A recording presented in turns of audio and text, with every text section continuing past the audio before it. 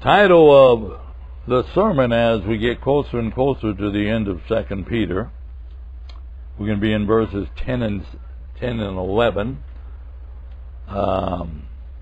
today, plus like we did last week, we're going to add some verses from other parts of the Bible as well.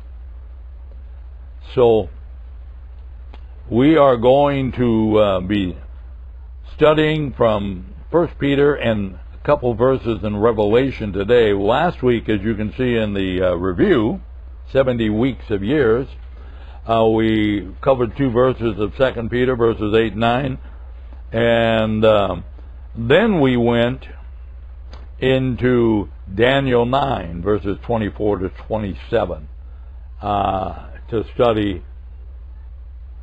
the idea of 70 weeks of years. In other words, instead of having 7 days in a week, you had 7 years in a week, which makes those weeks 365 times longer.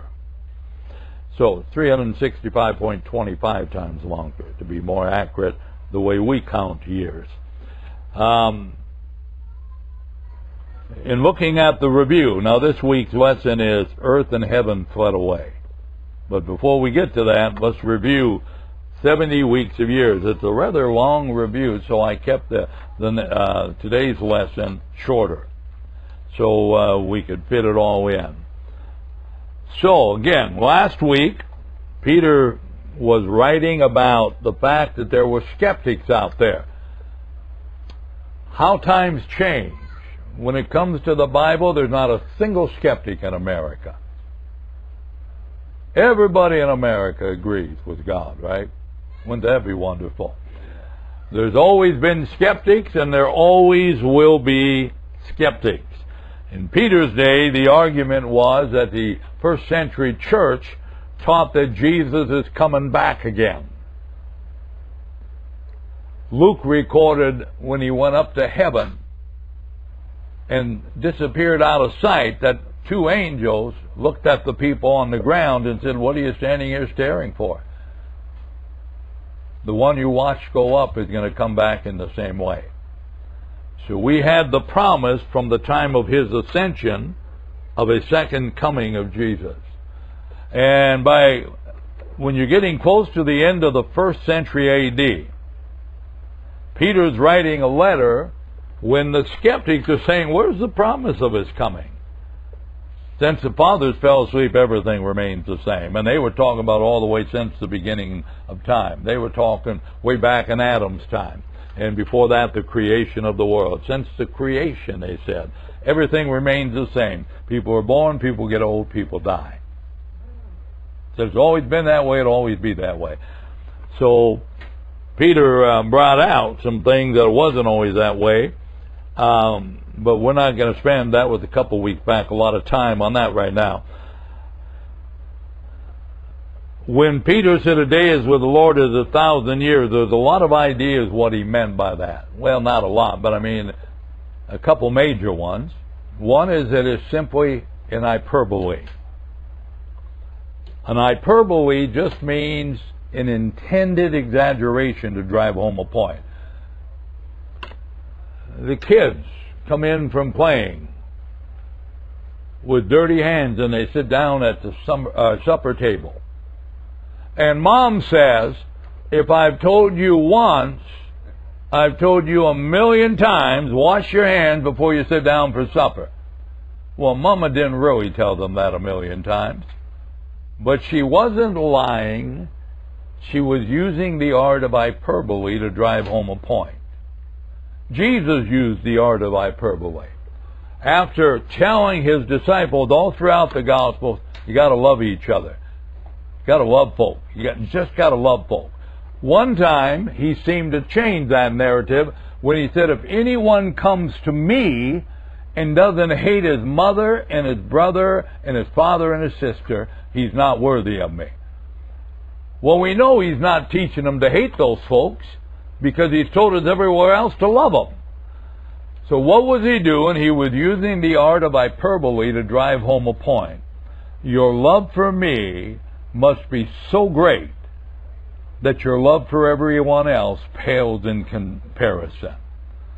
God insists on being number one in our lives. Insist in it. And so that's the art of hyperbole. So some suggest that when Peter said a day is with the Lord is 1,000 years, 1,000 years and it was a day as a day, he was just exaggerating to drive home a point. Just because he hadn't come yet doesn't mean he's not coming. Time with God is totally different than time with us. Again, I shared last week, 35 to 40 years ago, I was listening. I had 3 jobs in a row in Des Moines where I drove a vehicle with a radio in it. And I would listen to this program every day when I was in the vehicle, called Testimony Time. And this guy traveled around with his tape recorder. Remember those little tape recorders? Traveled around with his tape recorder to special meetings where different people were speaking, and he would record them and get permission to turn their speech into a week-long 5 parts of teaching on his program called Testimony Time. And there was a retired scientist who had worked for NASA. And at that time, I won't make the same mistake again about 48 years or whatever it's at. But at that time, scientists were still thinking if we're going to get out of our solar system, if we're ever going to have space travel beyond the planets in our solar system, the other solar systems are so far away, at our current speeds, we could never reach one of them. Everybody on the ship would have been dead long ago by the time the ship gets there. So they were saying we got to travel the speed of light, 186,000 miles a second. That's how fast light travels. So they started working out formulas.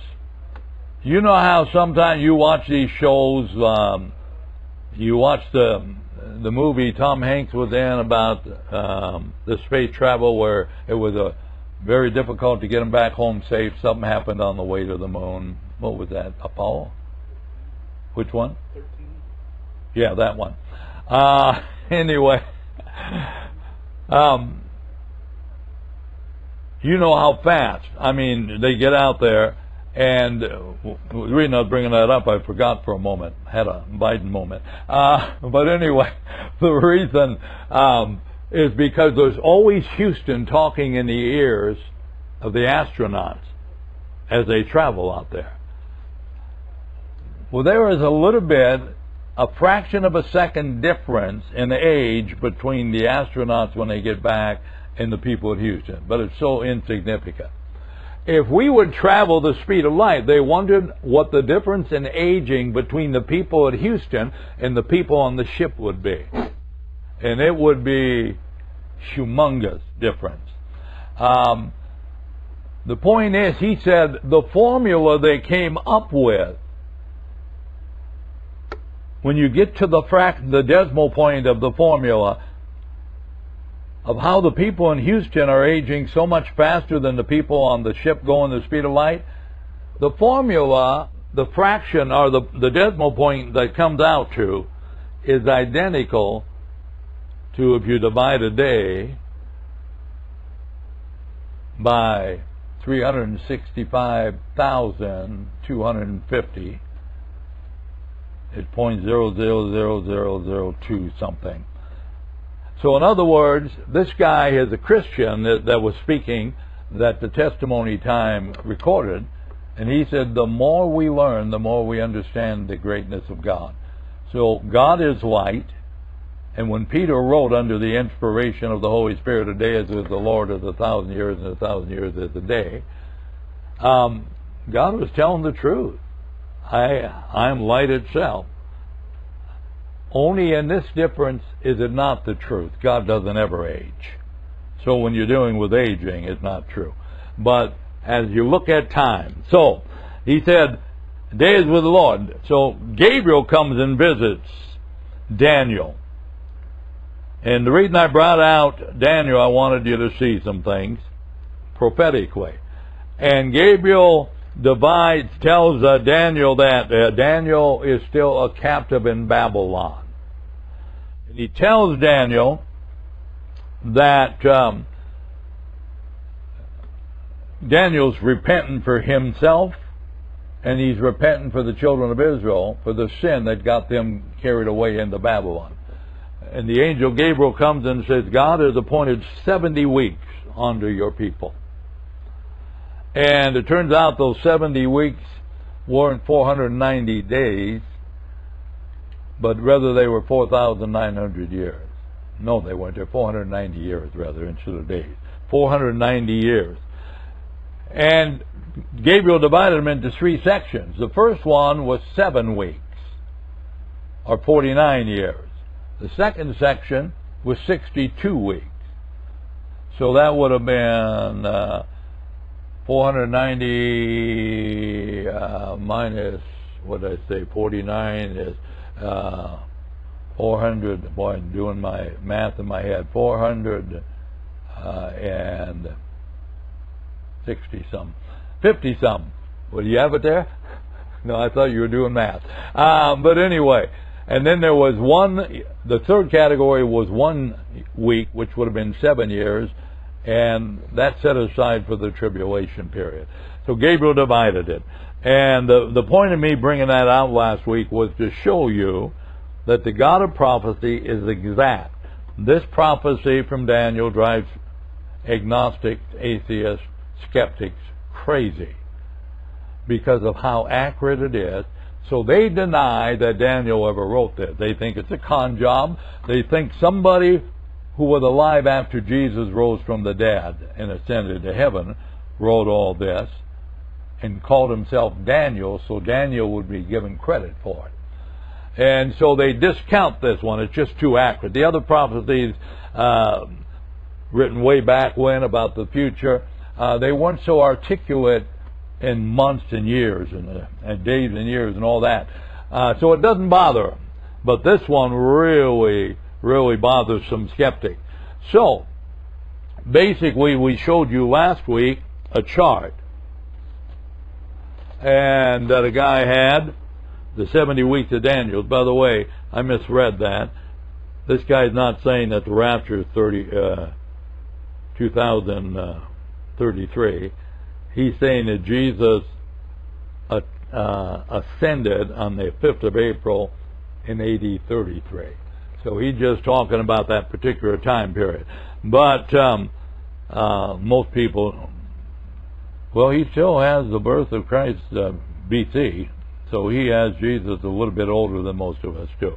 But nonetheless, Daniel's prophecy is very, very safe, very articulate. And so I wanted to add that when we consider what Peter said, a day is with the Lord as 1,000 years, and 1,000 years is as 1 day to the Lord. God is pretty accurate. And so just like he was accurate with Daniel's prophecy, whatever he meant by the 1,000 years is as a day, and a day is as 1,000 years. Again, the two strongest possibilities, it's an hyperbole, an intended exaggeration, it doesn't mean anything other than that, are the fact that NASA scientist said what he said, lends some credence to the fact that it was to be taken literally. And then you have the argument of the young age folk. Now, I'm a young earth folk. I don't believe the earth is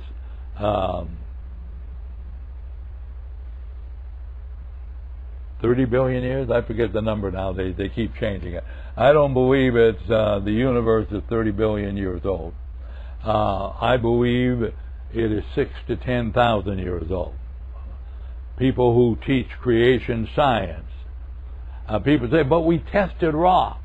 Well, there's problems. I don't have time to go into them, and I'd have to refresh my memory. I'd have to get that book out that I read on that, and it's got something to do with things escaping a rock and filling the way they measure stuff.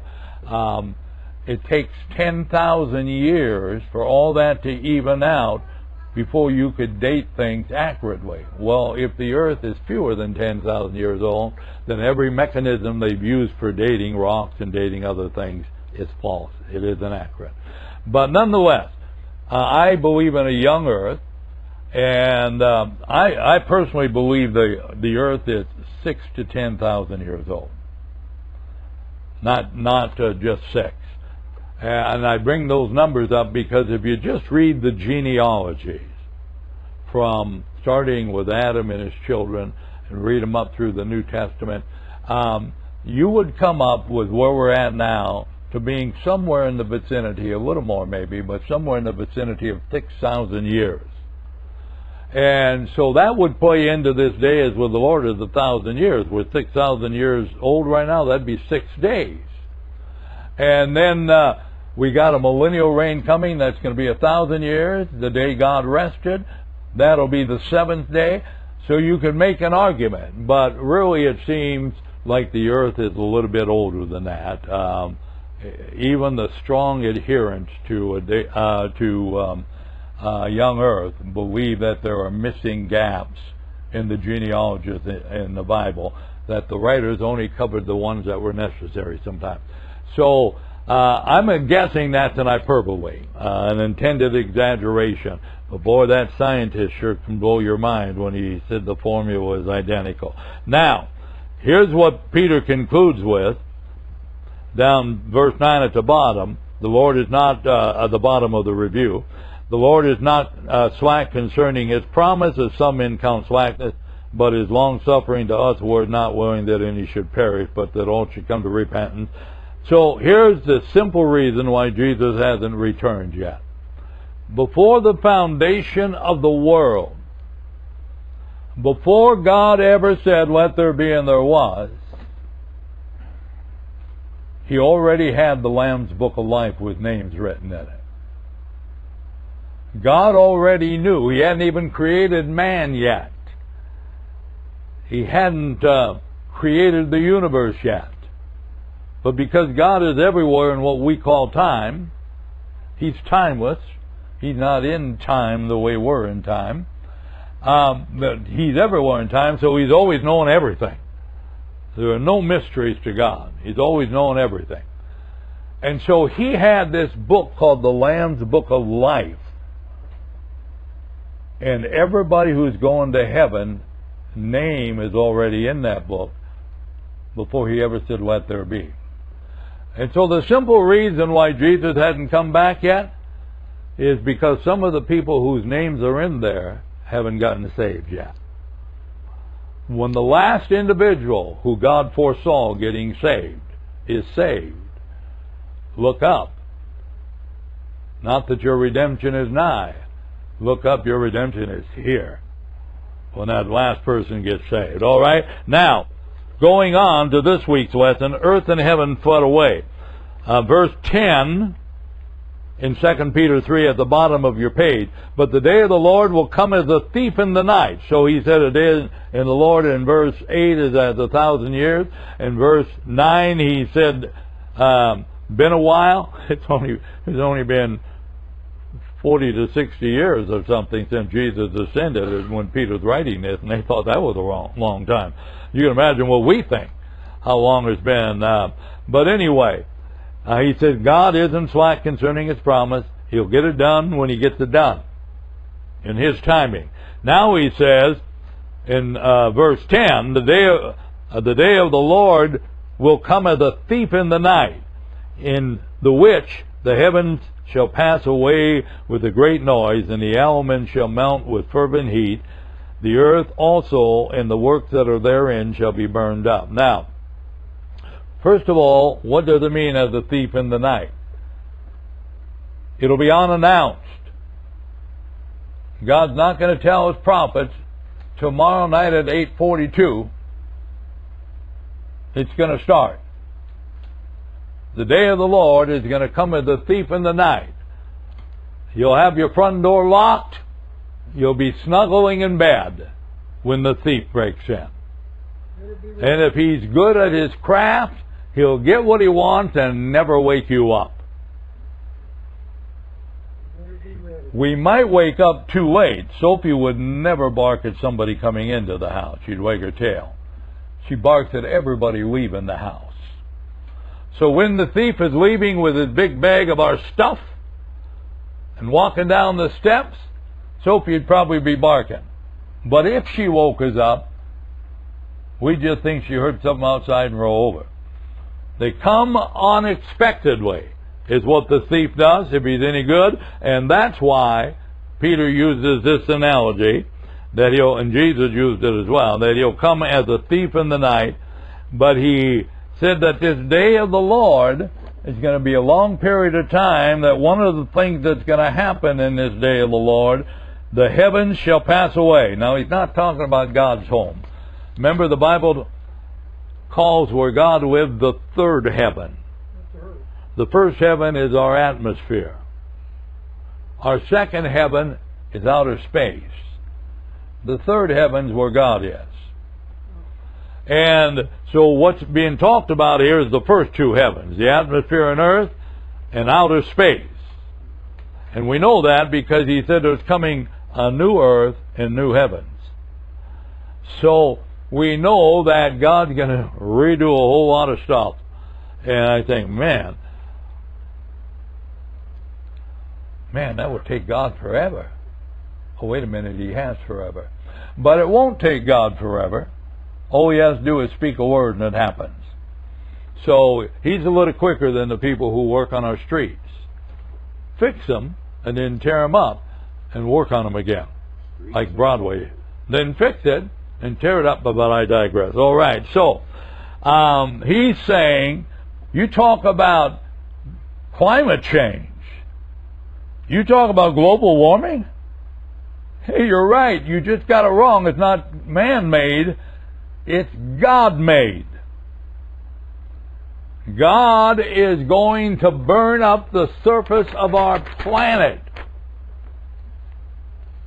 I said, well, that's not very nice of him. We'll tell you why it's all right here in a moment. Look at underneath there, Revelation 20, verse 11. The Apostle John on the Isle of Patmos was having a vision. And he said, I saw a great white throne, and him that sat on, being God, from whose face the earth and the heaven fled away, and there was found no place for them. Now I keep saying, it said, heaven and earth shall pass away.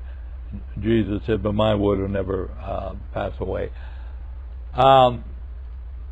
I shouldn't say just doing the surface. It might be the whole thing and then just recreate it from anew in the fashion he wants it to be for eternity. So I've thought about it two different directions, about him just burning the surface, or about him annihilating. When you read, when will this happen? We see when it will happen at the great white throne judgment. When is the great white throne judgment? It's after the tribulation and after the 1,000 years. The great white throne judgment will not happen for at least 1,007 years, and that's if tribulation were to start today. So it's a long ways off to us yet. But when he sits down on that throne to judge the living and the dead, everybody who's ever been alive, the real them, not their physical bodies, but the real them, the eternal them, is going to stand before God on Judgment Day. And it's going to be such an awesome, not awesome like awesomely good, but it's going to be such an awesome day in its power that the heavens and the earth will flee away. So we're talking about everything we can see. This planet, everything we can breathe, the atmosphere, outer space, all that is going to flee away from the face of God. So when you read words like that, you're assuming that these two are tied in together, that the earth and the heavens are going to melt away with fervent heat. And so it appears, otherwise, if they don't tie together, then you got to figure out 2 times what something identical is going to happen. So you got to figure that what Peter's prophesying is what John told us about happens at the great white throne judgment. Now, why do I bring that out? The global warming God has in mind will not kill anybody, because nobody will be here. The planet will be empty of people because everybody's been called to judgment. There'll be some animals that suffer, obviously, but there'll be absolutely not a single person on planet Earth when the great white throne is taking place. So when God redoes all this, His global warming is not going to harm any individuals. Having said that, His judgment day will harm some individuals. But global warming won't. So when people tell you, if we don't do something quick, we're going to burn the planet up and we're all going to die. I'm sorry, I read the back of the book. That's not how it happens. The planet's going to burn up, and it's got nothing to do with man-made climate change. God put this planet here the way it currently is for a set period of time, and there's nothing any human being on this planet can do to burn it up before that time's over. You don't get to veto God. God's already seen it happen. So He knows a little bit about it. So we are not going to destroy the planet. Now, don't get me wrong. LA can tell you we can pollute the planet and make it a little harder to breathe. When they had all that smog, I don't know how never hear about their smog anymore. I don't know how it's doing, if it's gotten better or what. But certainly we can put enough pollutants in the air to make it a little harder to breathe. But we're not going to destroy the planet. This is God's planet. He made it. He's watching over it. When He destroys it, it won't be for utter destruction. It'll be to replace it with the beauty that He started with before man destroyed it. Before sin destroyed it, in other words. All right? So, flip that thing over, if you will. Here's some good news. The top of that page, Revelation 21:1. Less than a chapter later, John writes this: "And I saw a new heaven and a new earth. For the first heaven and the first earth were passed away, and there was no more sea." When we first read of earth in Genesis chapter 1, all the land is underneath the water. It's just a water-covered planet until God starts those 6 days of adding. You know, the heavens and the earth weren't created in 6 days. We have no idea. It might have been in a moment, just one word.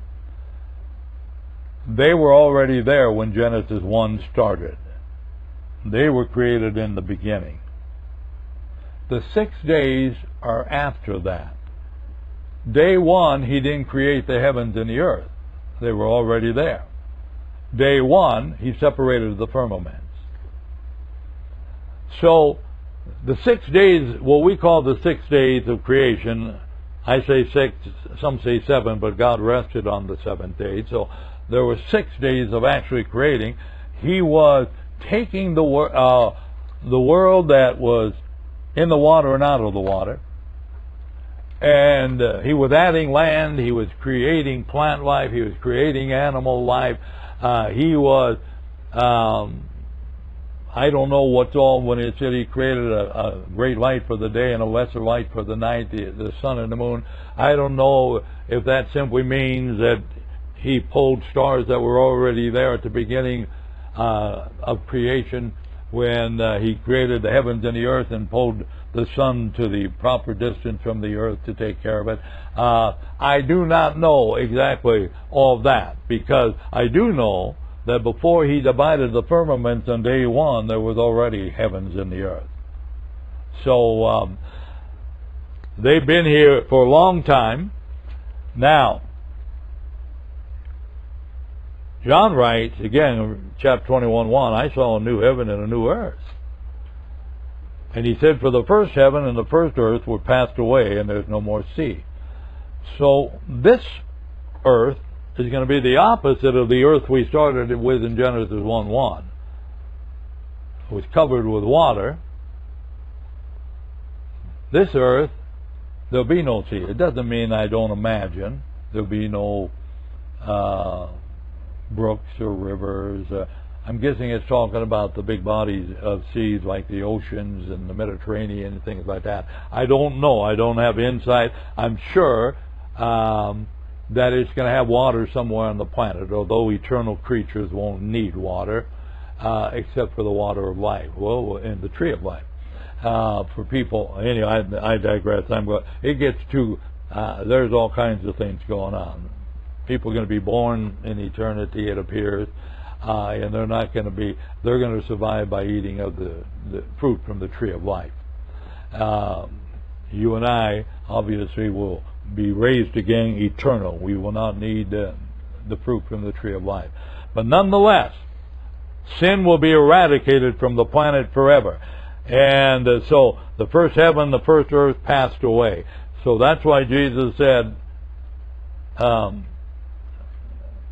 earth shall pass away before one tittle of the law passes away. So you say, you mean we're under the law? No. The law didn't pass away. It was fulfilled in Jesus.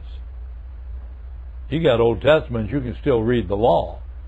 It's just that you understand now all those demands were fulfilled by Jesus on your behalf. And he changed my F to an A. Thank God for that. So, all right. What are Peter and John telling us here when you look at Peter in verse 10 and John in these two verses from Revelation? After the 1,000-year millennial reign of Christ on earth, judgment day will come. The millennial reign of Christ on earth. Then judgment day will come. God will call the living and the dead to appear before him at his great white throne judgment. When the earth is empty of people, God will cause the heavens, the atmosphere, and the earth to pass away with fervent heat. And after that, judgment. And he will bring forth a brand new heaven and earth. Now, what we don't know, again, is this burning up. Is it just of the heavens of our atmosphere that would be burned up with the earth, or does it include the solar system? I'm not the solar system, the universe itself. Could not tell you with any kind of certainty.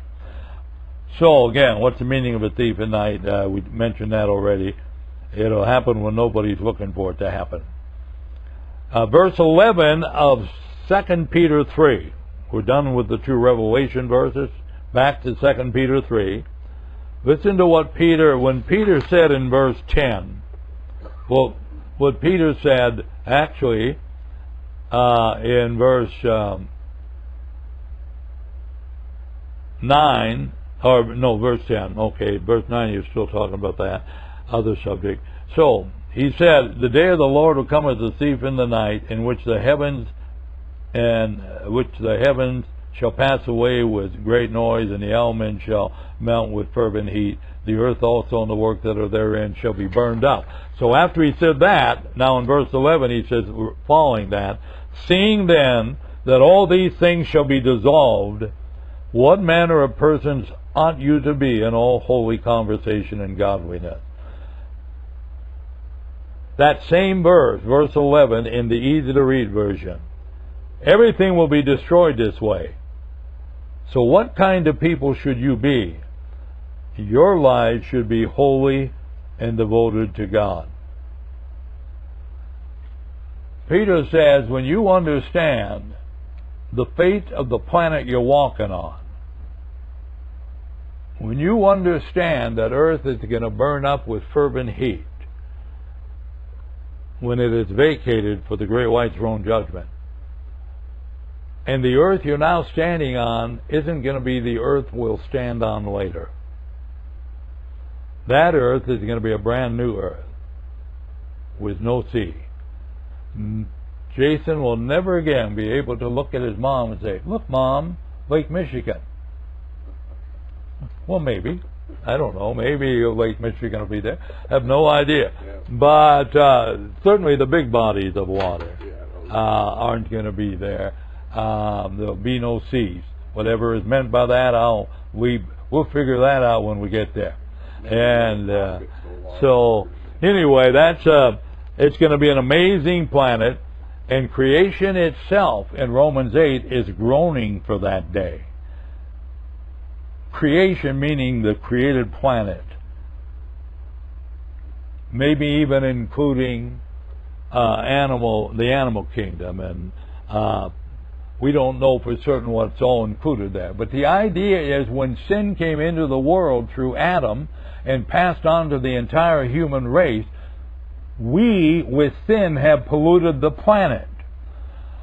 And so to drive home a point, Paul said in Romans 8, creation, the stuff you're living in and on, creation is groaning for this day when the manifestation of the sons of God, when God will fully reveal what we as Christians become when we are glorified. When all that is done, creation itself will be restored to its former glory, and because God is God, I suspect, in even greater glory, that the new heaven and the new earth will be far superior to the current heavens and earth. So that's my guess on all that. So, what does Peter want us to see in closing? He wants us to see that though the skeptics multiply, God will do what God will do when God will do it. You can't rush God. God, I mean this in the kindest way. God doesn't care what you think about it. He cares about you, but He doesn't care what you think about this. He's going to do it His way. There isn't a thing in the world any of us can do praying around the clock will not get God to change His mind. God's already seen it happen forever. Better. It can't be changed. In God's reality, it's already a reality. So God will do what God will do when God will do it. Not a second before or a second after. That sound like a song title? God will do what God will do when God will do it. I don't know, maybe. So, anyway, it said here, what's this lake of fire like? In the great white throne judgment, the first verse we read, on the great white throne judgment, sinners whose names aren't in the Lamb's book of life get cast into the lake of fire. And so I wrote, I don't know what it's like, but I do know what it's not like.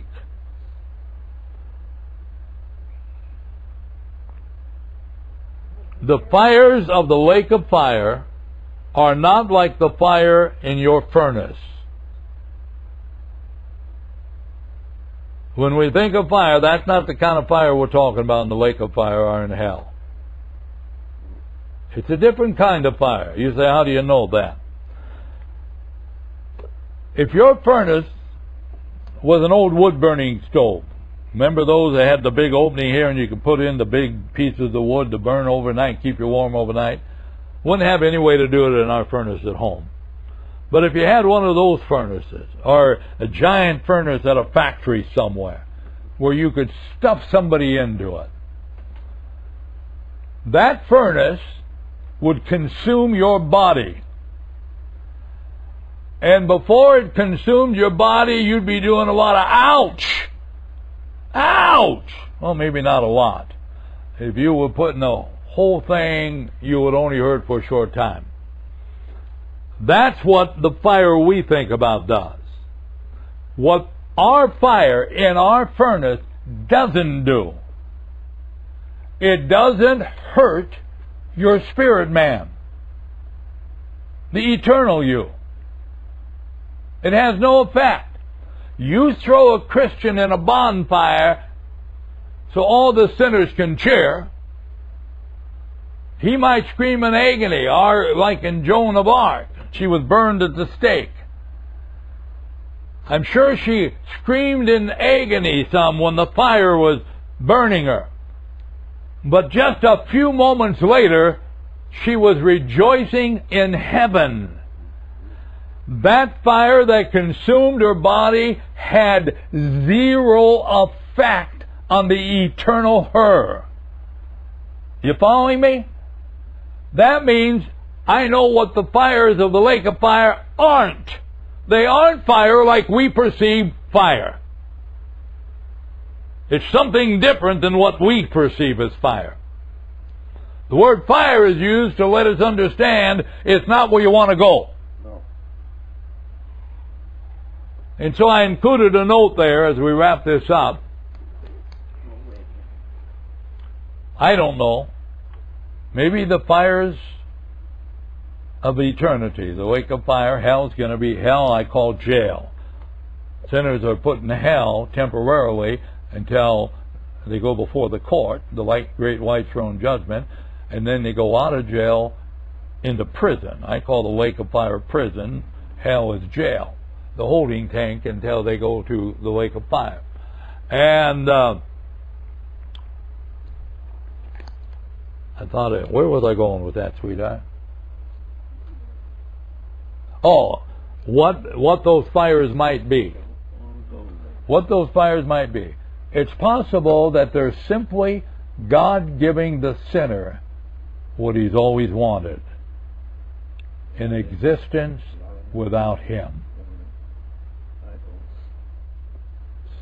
So the fires that lick at the wounds of those that are in the lake of fire might simply be a reality that God has totally vacated. And there is no love, because God is love. So if God vacates this place we call the lake of fire, you don't like anybody, and nobody likes you. And that might be too soft. You hate everybody, and everybody hates you. That's what getting the reality that the sinners want is. Give me a reality where there's no God. I don't know. I said I don't know what the fires are. I do know what they're not. They're not the fires in your furnace. That I know. There are fire fitted to torment eternal beings. And can you imagine, we're going to live in the reality of perfect love in heaven. Perfect love. If Cliff is saying something to Lexi, in heaven, I will never wonder if they're saying bad things about me. Now, if Cliff is talking to Lexi here, I know he's saying bad things about me. But up there, I will never wonder that, because heaven is a place of love. We'll know everybody loves us the way we love everybody. We'll never be suspicious of anybody. It's going to be hell, in my mind, is going to be the antithesis of heaven, where everybody loves everybody and everybody gets along all the time. That's what we want. And hell, or the lake of fire, to me, is going to be the direct opposite. The flames of hatred, burning people forever and ever. Just my thought. Some would call me a heretic for not believing it's real fire. But I can't see anywhere in the Bible that tells me real fire, the way we think of fire, would have any harm in a spirit being whatsoever. So you take the physicality out of the man and the fire means nothing. So this fire has to be something that afflicts the eternal man. And so that's just a thought.